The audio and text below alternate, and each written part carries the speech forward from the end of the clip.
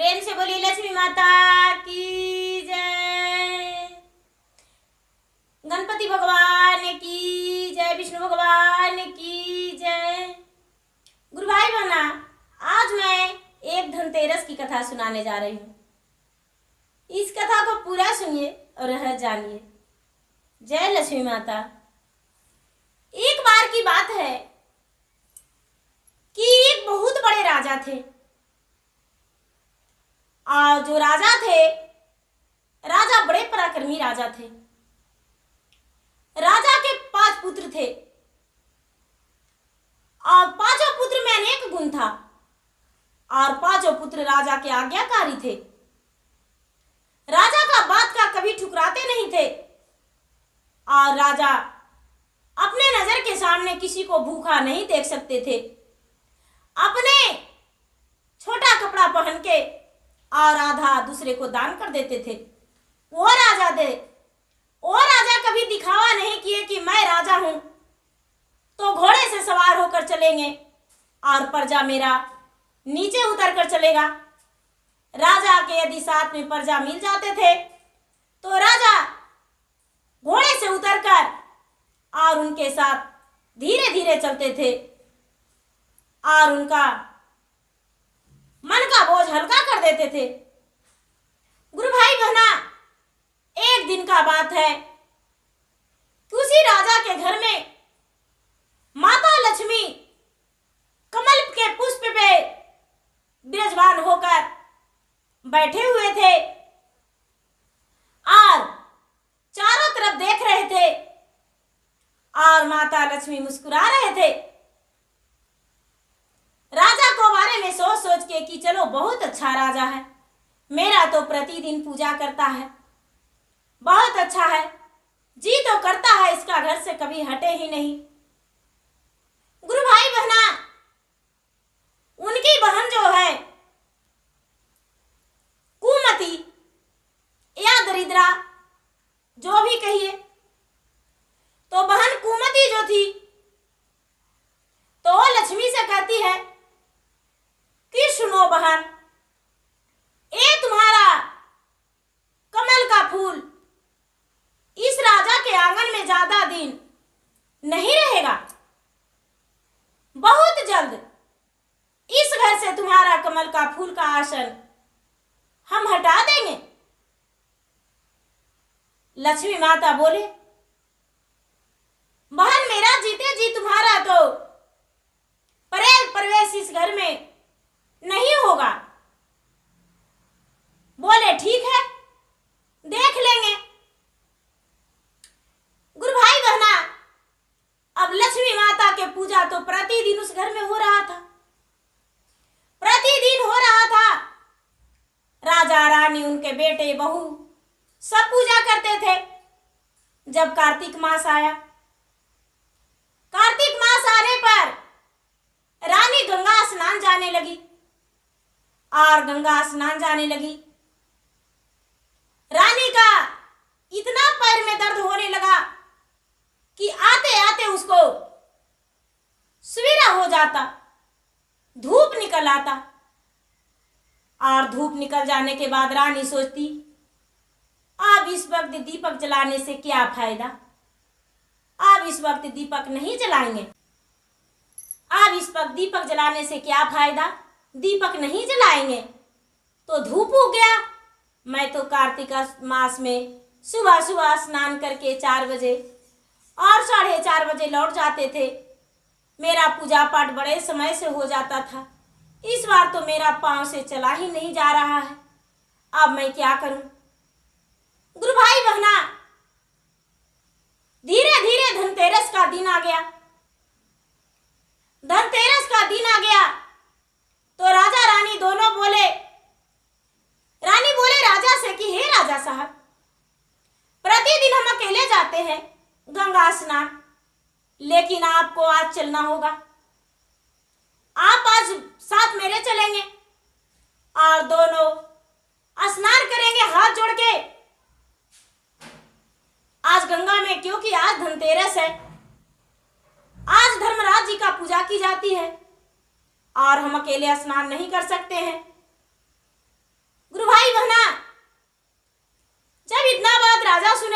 बोले ठीक है रानी साहब चलिए। रानी साहब पूजा का सामग्री ले लिए और राजा साहब के साथ चल दिए। रानी साहब का रास्ते में पूजा का सामग्री गिर गया, हाथ से छूट गया और सारा सामान छितरा गया। राजा कहने लगे गिरा हुआ सामान से पूजा कैसे करिएगा, ये तो अब शगुन हो गया, इससे तो पूजा कर नहीं सकते हैं। नहीं, लौट कर घर चलिए। गुरु भाई बहना राजा मन बना लिए कि घर लौटकर जाएंगे, लेकिन रानी आगे को चल दी और राजा को हाथ पकड़ के चलिए, चुपचाप स्नान करके लौट जाएंगे। लक्ष्मी माता एक थाल में पूरा पूजा का सामग्री लेकर एक बुढ़िया का रूप धारण करके और कहने लगे कहाँ जा रही हो बिटिया सुबह सुबह। रानी बोली क्या कहूं माता जी, मैं तो पूजा के लिए जा रहे थे नदी में, लेकिन मेरा पूरा पूजा का सामान फूल अक्षत पुष्प जो भी था मेरे पास सब गिर गया। दीप लिए थे, धूप लिए थे, नैवेद्य सब कुछ था जो मेरा गिर गया। लो बेटी हम जा रहे हैं, चलो साथ में कर लेंगे स्नान और पूजा साथ साथ कर लेंगे। तो गुरु भाई बहना किसी स्थान पे जाइए और यदि कोई सामग्री आपको घर छूट जाए तो ये सब भगवान का परीक्षा है। आप दूसरे से लेकर पूजा कर सकते हैं। यदि आपका सिंदूर भी घर छूट जाए तो आप दूसरे से लेकर सिंदूर लगा सकते हैं, क्योंकि सुहाग बढ़ती है। ये नहीं कि दूसरा से मांगकर सिंदूर लगाएंगे। पीठ पीछे करके बैठना चाहिए, लेकिन मांग पीछे करके नहीं बैठना चाहिए। सिंदूर के लिए मांग को फैला देना चाहिए और अचला पसार देना चाहिए कि आशीर्वाद मुझे दे दो और मांग में सिंदूर भर दो। यदि दूसरे के हाथ से आपका सिंदूर लगता है तो बहुत खुशी की बात है और आपका सुहाग बढ़ेगा। तो गुरु भाई बहना जब माता ने इसे देने को लिए बोले तो रानी बड़ी प्रसन्न हो गई और जो कुमति दरिद्रा थी वो तो देखते ही रह गई, क्योंकि पूजा का थाल गिरा दी थी। अब गुरु भाई बहना लक्ष्मी माता स्वयं राजा रानी के साथ पूजा करके और प्रेम पूर्वक ये भी साथ में स्नान करके पूजा करने लगे। राजा साहब प्रतिदिन तो दिया जला ही नहीं रही थी रानी घर में जाके। ये लक्ष्मी माता 13 दिया, धनतेरस के दिन 13 दिया रानी को दिया और बोले लो बिटिया इसे जला लो, क्योंकि आज के दिन 13 दिया जला जाता है, आज तिरोस्ती का दिन है। रानी ने नहीं सोची समझी कि लक्ष्मी माता मुझे दे रहे हैं। बुढ़िया माता लक्ष्मी के रूप में, लक्ष्मी बदली हुई रूप, मायावी रूप, बुढ़िया का रूप धारण करके और रानी से पूजा करवाए। रानी ने पूजा किए और पूजा करके घर आए। जब पूजा करके घर आए तो कहने लगे बूढ़ी माता से कि माता जी आज आप क्या करते हैं, मुझे बताइए। लक्ष्मी माता बोले आज का दिन धनतेरस का दिन है, आज तो नदी के अरार पे 13 दीपक जला ली हो, घर जाना तो 5 दीपक जला देना और 1 दीपक चौमुखी जलाना, जो लक्ष्मी का आवाहन होगा, और कलश पे रखना। रात्रि होगा तो 1 दीपक मुख्य द्वार पे जला देना, जो कि यमदेव के नाम से जलेगा, और पूरी रात घर में इंजोला रखना, कभी अंधियाला होने मत देना, लक्ष्मी का प्रवेश होगा घर में। जब ऐसा बात रानी सुनी तो उनका चरण छू के और कहती है कि माता जी तो करता है कि मैं आपको माता बोलूं और साथ में रहूं, आपका घर कहाँ है? लक्ष्मी माता बोले मेरा घर तो पहाड़ी में है, मैं तो पहाड़ी का खोड़ी में रहता हूं, कहाँ घर बताऊं? बोला ठीक है माता, कभी आपके पास आएंगे मिलने। इतना कह के राजा रानी चले गए। लक्ष्मी माता अंतर ध्यान हो गए और राजा रानी जब गए तो प्रेम पूर्वक घर में पूजा किए और पूजा करके और चौमुखी दीपक जलाए कलश बनाकर। जब शाम हुआ तो शाम को एक दीपक मुख्य द्वार पर रखे, घर में पूरा सगरो चारों ओर दीपक जलाए। दीपक जला के रोशनी फैला दिए। अब जो दरिद्रा बाहर से देखती ही देखती रह गई, इसे तो प्रवेश करने का कोई मौका नहीं मिला। अब दरिद्रा सोचती है, मैं राजा के घर में तो घुस नहीं पाया, अब कैसे घुसूं? मुझे तो समझ में नहीं आ रहा है। अब बार बार सोचती है और जाके लक्ष्मी से कहती है, बहन तू मुझे थोड़ी सी जगह दे दे जिसमें राजा का घर में मैं प्रवेश कर जाऊं। लक्ष्मी कहती है, बहन तू बड़ी हो लेकिन कहने से बड़ी हो, और मैं छोटी हूं लेकिन धन से बड़ी हूं, तो इसलिए मैं तो राजा के घर से हटने वाला नहीं हूं, और राजा के घर में विपत्ति प्रवेश करने देंगे ही नहीं, क्योंकि बड़ी मुश्किलों से राजा ने मेहनत करके और ये धन प्राप्त किया है। तो भला ये हम समय कैसे दे सकते हैं कि जो तू राजा के घर में प्रवेश कर जाओगी? गुरु भाई बहना, जब राजा साहब घर में रहे तो दरिद्रा नहीं प्रवेश किया, लेकिन राजा साहब घोड़े सवार होकर और रास्ते में जा रहे थे। जो दरिद्रा थी, एक सुंदर कन्या रूप धारण करके और मोहिनी रूप कर ली, और मोहिनी रूप धारण करके और राजा के घोड़े का लगान पकड़ के और राजा से कहती है कि हे राजन, मेरा कोई नहीं, आप तो मैं सुना हूं भूखे को अन्न, प्यासे को पानी, नंगम को चिर देते हैं, दुखिया को दुख को दूर करते हैं, निर्धन को धन देते हैं, गरीब कन्या की सहारा देते हैं, और मेरा तो कोई नहीं, क्या आप मेरे लिए मदद नहीं करेंगे? राजा बोले, हाँ अवश्य मदद करेंगे, आप जो कहें वही करेंगे। बोले कि हे राजन, मेरे बातों से आपको सहकार करना होगा, मुकरना नहीं होगा। राजा बोले, हाँ हाँ आपका बात अवश्य मानेंगे, आप जो कहेंगे वही हम मानेंगे। राजा बोले, ठीक है कहिए। दरिद्रा बोली, हे राजन, पहले जी जान बकस दो और उसके बाद मुझे वचन देना। राजा बोले, एन मस्तु, अवश्य आपका वचन सुनेंगे। दरिद्रा सुंदर रूप धरी हुई एक कन्या के रूप धरण करके और राजा से बोली, हे राजा साहब, मैं आपसे विवाह करना चाहता हूं, मेरा कोई माता पिता नहीं है और मैं अकेले अभागन कहाँ घूरता फिरता रहूं। मेरा इतना सुंदर रूप है और यदि इतना सुंदर रूप लेकर और कहीं जाऊं तो समय के अनुसार कोई राजकुमार मेरे साथ छेड़े, वो मुझे पसंद नहीं। हे राजन, मैं आपके साथ विवाह करना चाहता हूं। राजा वचन दे चुके थे। राजा संकोच में पड़ गए। राजा कहने लगे, सुनो, मेरा तो कई पुत्र भी हैं, मेरा पुत्री भी है और मेरा पत्नी भी है, आपसे विवाह तो नहीं कर सकते, आपका बेटी बनाकर हम अपना घर में रख सकते हैं और चलो मेरे बेटी बन के घर में रहना और कहीं सुंदर वर खोजकर आपका विवाह कर देंगे। गुरु भाई बहना, दरिद्रा मानने को लिए तैयार नहीं थी, लेकिन फिर भी राजा प्यार से उसे बेटी कह के पुकारे और बोले, आओ बेटी, बैठो मेरे साथ और चलो। घोड़े पर बिठा के और बेटी मान के और दरिद्रा को घर ले आए। राजा अपने ही हाथों से अपना घर में दरिद्रा को प्रवेश करके और बेटी बना के रानी के सामने बिठा दिए। रानी जब देखी तो कहने लगी, हे राजा साहब, पहले से तो आपका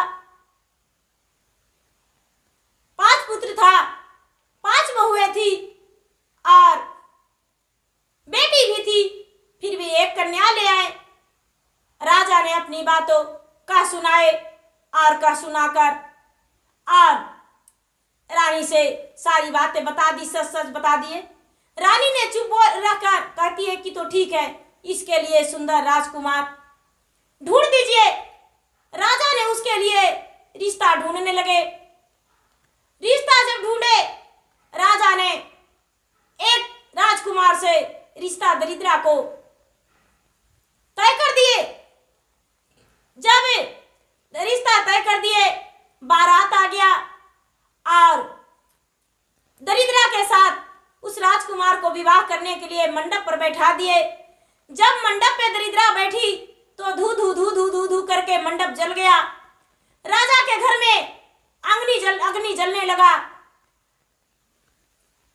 संपत्ति इसका नष्ट होने का नौबत आ गया। लक्ष्मी कहते हैं कि हाय दरिद्रा, तूने क्या किया? तूने जो कहा जो कर गुजारा, मौका देखती रही। जो चामुक जलता है उसी चामुक से धान का फुरहुरा जो होता है, फुरहुरा धर लिया और मंडप जलने लगा।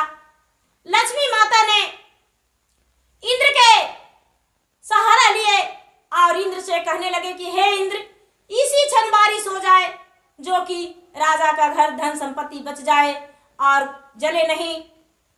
इंद्र बात स्वीकार कर लिए लक्ष्मी का और बारिश बरसने लगा।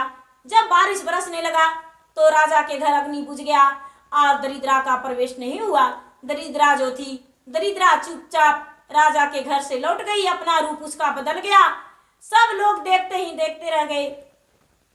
राजा कहने लगे, अरे ये क्या? कहने लगी दरिद्रा कि मैं कोई राजकुमारी नहीं थी। तुम्हारा घर में तो मैं दरिद्रा वास करने चाहता था और तूने तो ऐसा किया कि जो कि तुम्हारा घर में जगह मुझे नहीं मिला। आप लौट कर जा रहे हैं। हम सोचे कि तुम्हारा सब धन नष्ट हो जाए और तुम्हारा नष्ट धन करके और हम दूसरा द्वार देखेंगे। लेकिन हे राजन, तेरा तो बुद्धि इतना बढ़िया था कि तू क्या ब्याह करेगा? तू तो अपना बेटे से भी ब्याह नहीं कराया। तो इसीलिए इस राजकुमार का किस्मत खराब नहीं था, इसलिए इसका घर हम दुल्हन बन के नहीं गए और इसका भाग में नहीं जाकर तुम्हारा घर को धन संपत्ति बर्बाद करने के लिए अग्नि प्रवेश कर दिए और अग्नि प्रज्वलित हो गया। इतना सुनते ही राजा चौंक गए और लक्ष्मी माता को कहते हैं, हे लक्ष्मी माता, आपने मेरा धन को बचा लिए, मेरा लाज को बचा लिए। आज तो मैं नरक में डूब जाता। आज तो मैं पता नहीं कितना बड़ा गलती कर जाता यदि उस दिन इसका रूप माया जाल में आकर फंस जाते तो मेरा सत्य ही डूब जाता। हे लक्ष्मी माता, आप नाव को डूबते डूबते गंगा से बचा लिए। बाघ को निगलते निगलते मनुष्य का बाहर ले आए। उसी तरह आज हम इस दरिद्रा के हाथों बच गए। कई कितने दिन दरिद्रा राजा के घर में रह गए, लेकिन राजा का कुछ नहीं हुआ। जब लक्ष्मी माता वहां पर कट हुए तो राजा से कहने लगे कि हे राजन, आपका घर से तो बला दूर हो गया, लेकिन आप कृपा करके पूरे महल जल से धुलवाकर, साफ सफाई करवा के, गंगा जल छिटवा के चारों तरफ दीपक जलवा दो और दीपावली का दिन मना लो। खुशियां ही खुशियां घर में छा जाएगा और अच्छे अच्छे भोजन बनाकर पूरा परिवार खाओ। सदा खुश रहोगे। तुम्हारा जिंदगी में कभी दुख नहीं आएगा और कोई दरिद्रा तुम्हारा घर में प्रवेश नहीं करेगी। एक दूसरे से अगर जो मिल के रहोगे तो कभी दुखी नहीं रहोगे। राजा ने लक्ष्मी के बात मानकर पूरे घर में नौकर चाकर को धोने को लिए बोल दिए। साफ सफाई करवा के और पूरा घर में सजावट करवा के और जोत जलवाए, दीपक जलवाए, पूरा पटाखे छोड़े और घर में पूरा खुशियां ही खुशियां बिताए। जब राजा ने पूरा दीपावली के दिन मनाए, उनका घर में और दुगना धन हो गया। तब लक्ष्मी माता कहने लगे, क्या बहन, तू तो बड़ी बहन थी लेकिन पीछे रह गई। हम छोटे थे लेकिन तुमसे आगे हो गए। दरिद्रा कहती है, हाय रे मेरा किस्मत, तू तो आगे जाके और अपना कमल के फूल आसन लगा के बैठ जाती हो, मुझे तो जगह देती नहीं होगी। लेकिन जब जगह मिलेगा तब हम आसन मार के बैठ जाएंगे, तो हटेंगे नहीं। लक्ष्मी माता बोले, जब हम हटेंगे तब तो तुम्हें मौका मिलेगा, हम हटेंगे ही नहीं तो तुम्हें मौका मिलेगा कैसे। आज करबे पूजा, लक्ष्मी माता के दिन है। आज करूँगी पूजा, लक्ष्मी माता का दिन है। विष्णु के पूजा करूँ, लक्ष्मी के पूजा करूँ, पूजा करूँ गणपति देवता। आज लक्ष्मी माता के दिन है, पूजा करूँ कुबेर देवता। लक्ष्मी माता का दिन है, पूजा करूँ रिद्धि सिद्धि देवता। आज लक्ष्मी माता का दिन है, पूजा करूँ आज दिन भर, लक्ष्मी माता का दिन है। जय लक्ष्मी माता। प्रेम से बोली लक्ष्मी माता की जय।